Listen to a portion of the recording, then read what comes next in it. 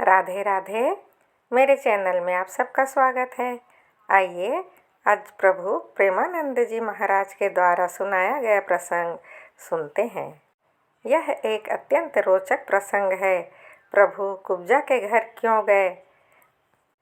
प्रभु ने अपनी भक्ति कुब्जा को क्यों नहीं प्रदान की?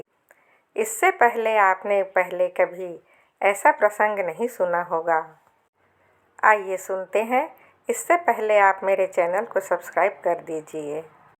भगवान श्री कृष्णचंद्र जो महाराज मथुरा में विराजमान हैं, उद्धव जी पहुंच चुके हैं। भगवान ने अपने और गोपीजनों के प्रेम का रहस्य उद्धव को समझाकर भेज दिया है।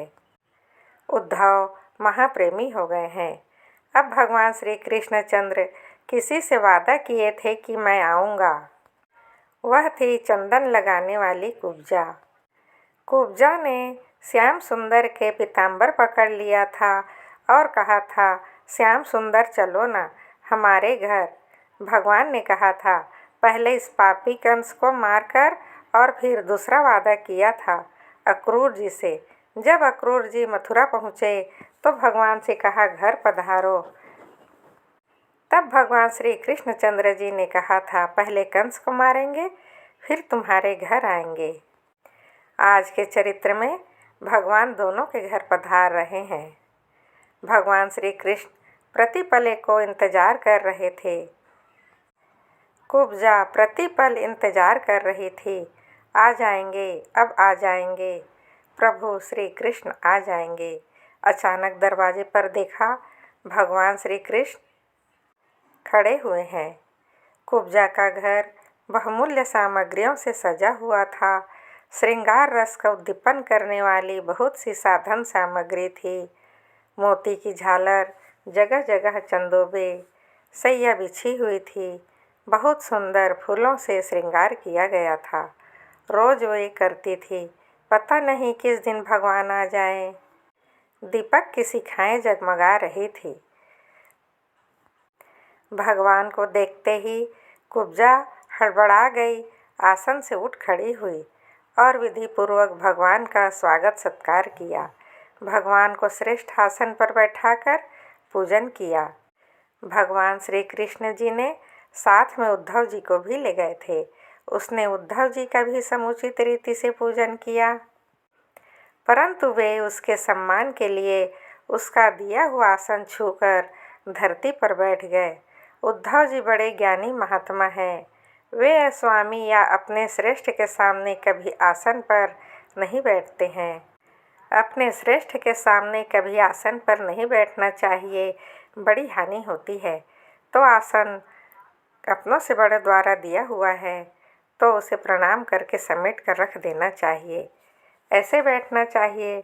जब कर्दम ऋषि के पास मनु शत्रुपा और देवहूति जी पहुँची तो 3 आसन बिछा दिए, तो मनु जी ने प्रणाम करके उस पर विराजमान हुए। शत्रुपा भी विराजमान हुई, लेकिन देवहूति जी आसन को प्रणाम कर समेट कर जमीन पर बैठी। ऐसे ही उद्धव जी ने किया। उनके स्वामी भगवान श्री कृष्ण विराजमान हैं, तो उनके सामने आसन पर बैठना उचित नहीं है। भगवान श्री कृष्ण सच्चिदानंद स्वरूप कुब्जा के द्वारा बिछाई हुई बहुमूल्य सैया पर जाकर बैठ गए। जमीन पर उद्धव जी बैठ गए। कुब्जा श्रृंगार आदि करके भगवान की तरफ लजीली चितवन से आकर भगवान के पास बैठ गई। भगवान श्याम सुंदर भी लीला बिहारी उसके सुशोभित मेहंदी और कंकण आदि से कर कमल को स्पर्श कर कहा, संकोच मत करो, बैठ जाओ। पास बैठा लिया। थोड़ी देर भगवान उससे बातें करते रहे। अंगराग आदि उसने भगवान को अर्पित किया। कुब्जा भगवान से प्रेम नहीं करती, इसलिए उसका दुर्भागा कहा है। काम संतप्त हृदय है। भगवान से प्रेम नहीं कर रहे हैं। काम संतप्त हृदय केवल एक उत्तम पुरुष मान करके काम संतप्त हुई है, परंतु उसका परम कल्याण हुआ। पर हमारे भक्तों की प्रेमियों की सभा में उसका नाम नहीं लिया जाता। सबके प्राणपति भगवान ही हैं, लेकिन प्रेम पूर्वक यदि भगवान का आराधना किया जाए कांता भाव की पूर्ति करते हैं। कुब्जा भगवान श्री कृष्णचंद्र जी के पास बैठकर हाथ प्रयास करके उसके चरण पकड़कर अपने हृदय से लगाती है और अपने गले से श्री कृष्णचंद्र जी को लगाती है। भगवान उद्धव जी की तरफ देख रहे हैं। क्यों देख रहे हैं भगवान उद्धव जी की तरफ? गले क्यों नहीं लग रहे हैं? वह भगवान को गले लगा रही है। भगवान उद्धव जी की तरफ देख रहे हैं और मुस्कुरा रहे हैं। मुझ सच्चिदानंद के स्पर्श से भी यह हृदय में अभी नहीं समझ पा रही है और केवल पुरुष भाव रखकर आलिंगन कर रही है। कुब्जा को बड़ा सुख मिला। भगवान के सर्वशक्तिमान भगवान कैवल्य मोक्ष के अधीश्वर हैं। दुर्भिक्ष कुब्जा ने केवल चंदन अर्पित किया था, उतने से रीझ कर सर्वशक्तिमान भगवान उसके घर गए। कैवल्य मोक्ष के अधीश्वर है भगवान, जिनकी प्राप्ति अत्यंत कठिन है। केवल उस दुर्भागा को यह भाव नहीं बना जो ब्रज गोपियों का भाव बना।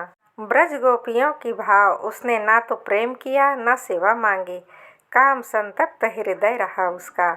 उसने भगवान से कहा, हमारे साथ कुछ दिन रहो ना, उद्धव जी को भेज दो, हमारे साथ कुछ दिन रहो। भगवान हंस दिए।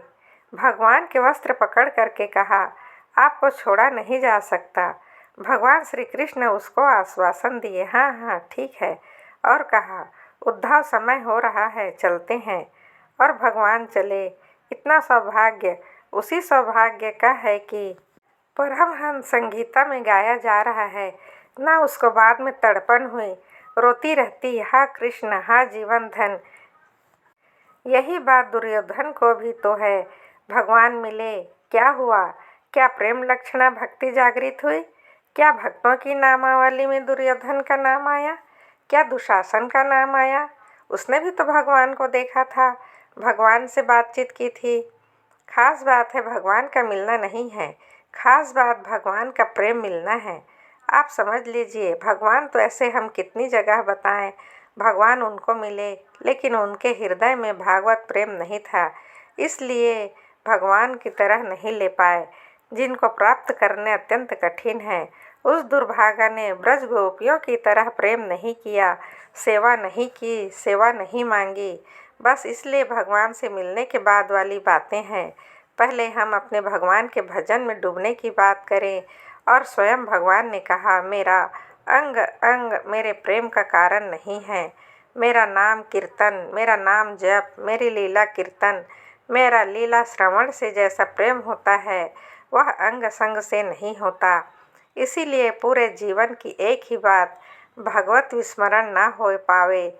बस खास बात यह, मिलो ना मिलो, तुम्हारी मौज, जाओगे कहाँ? पतंग जाएगी कहाँ जब डोरी हमारे हाथ में? नाम रूपी डोरी है, मंत्र रूपी डोरी है, तो जाओगे कहाँ? उसी समय भगवान उद्धव जी के साथ चल पड़े। भगवान ब्रह्मा आदि समस्त ईश्वर के भी ईश्वर हैं। उनको प्रसन्न कर लेना जीव के लिए बहुत कठिन बात है, पर कोई उनको प्रसन्न करके विषय सुख मांगे, निश्चय दुर्भाग्य, दुर्बुद्धि है। भगवान और कहाँ? तुच्छ विषय सुख भगवान, यह बस इतना हुआ, बस उतना हुआ। ना तो विरह मांगा, ना प्रेम मांगा, ना सेवा मांगी। कहा, कुछ दिन हमारे साथ रहो। कौन ऐसा बुद्धिमान पुरुष होगा जो आपको छोड़कर किसी और की उपासना करे और की शरण में जाए? जो एक रस है, अपने उस आत्मा का दान कर देते हैं। भक्तों के कष्ट मिटाने वाले, जन्म मृत्यु के बंधन से छुड़ाने वाले प्रभु श्री कृष्ण हैं। बड़े बड़े योगीराज, देवराज, ऋषि मुनि आपके स्वरूप को नहीं जानते। हम क्या जान सकते हैं प्रभु? परंतु हम आपका दर्शन करने की अभिलाषा रखते हैं। भगवत तत्व को समझो। सर्वस्त्र श्री कृष्ण है। कृष्ण से बढ़कर कोई सनातन है? श्री कृष्ण से बढ़कर कोई सनातन नहीं है। सनातन जल, सनातन वायु, सनातन अग्नि, सनातन आकाश, सनातन और जितने भी चराचर जीव हैं सब सनातन हैं। इसलिए सनातन के सिवा कुछ है ही नहीं। चराचर जगत जितना भी पंचभूतों में और अपने अंशों में विराजमान जीव सब सनातन हैं। बोलिए सनातन धर्म की जय। यदि आप इस चैनल पर नए हैं तो प्लीज़ सब्सक्राइब कर दीजिए, लाइक कर दीजिए। आपका दिन शुभ हो, मंगलमय हो। आप सदा हंसते रहिए, मुस्कुराते रहिए। राधे राधे।